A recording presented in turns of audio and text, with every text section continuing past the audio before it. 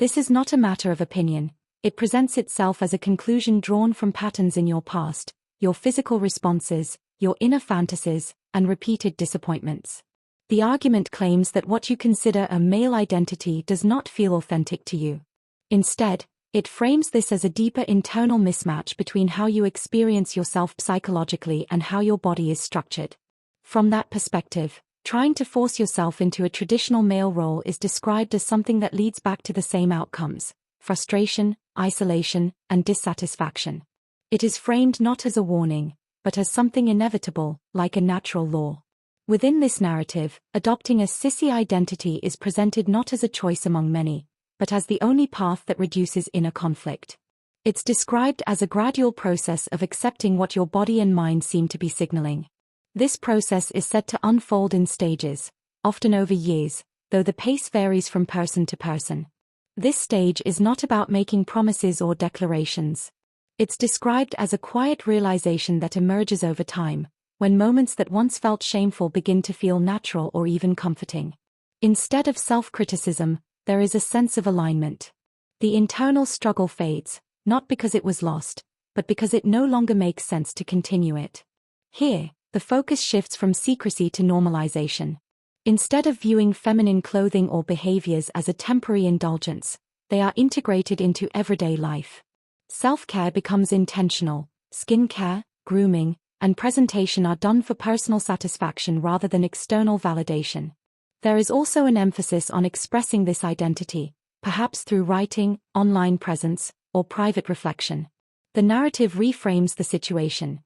Rather than seeing yourself as someone hiding a habit, you begin to see yourself as someone whose true identity exists beneath societal expectations. At this stage, subtle outward shifts begin. Clothing becomes more neutral or slightly feminine.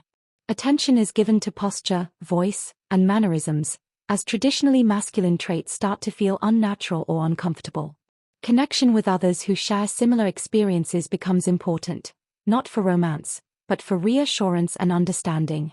There may also be curiosity about medical aspects, such as hormones, not necessarily to act immediately, but to understand the body more deeply.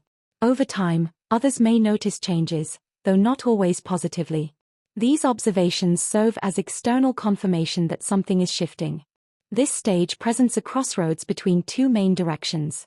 One path involves maintaining a dual existence, living outwardly as a man while privately embracing a feminine identity. This can include fully adopting feminine routines and expression at home while presenting differently in public. It's described the other path involves aligning outward life with inner identity. This may include medical transition, changes in appearance, and social identity. It often comes with significant challenges, loss of relationships, societal pressure, and uncertainty, but is framed as a way to eliminate internal conflict. The overall message suggests that every small action, thought, or feeling is part of a larger progression. According to this perspective, there is no true escape from the path, only choices about how quickly or openly it is followed. Remaining hidden is described as living between two worlds, without fully belonging to either. In the end, you are left moving between two realities. Even so, that may feel more bearable than continuing to deny what feels fundamentally true within you.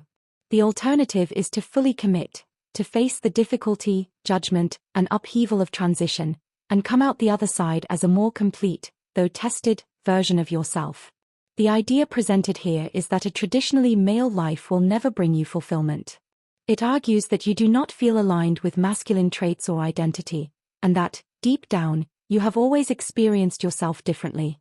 So the real question becomes, how long will you continue resisting the version of yourself that brings you inner peace? How long will you stay in conflict with your own mind and body? Answering that question is framed as a decisive moment, an act of clarity. After that, the struggle with masculinity is no longer central, and space is made for the identity that has been present all along. If you want to explore this further, you can take a self-assessment designed to help you reflect on your identity. The original text suggests visiting a Patreon page through a provided link, where there is free access to community discussions and guidance to begin exploring this path.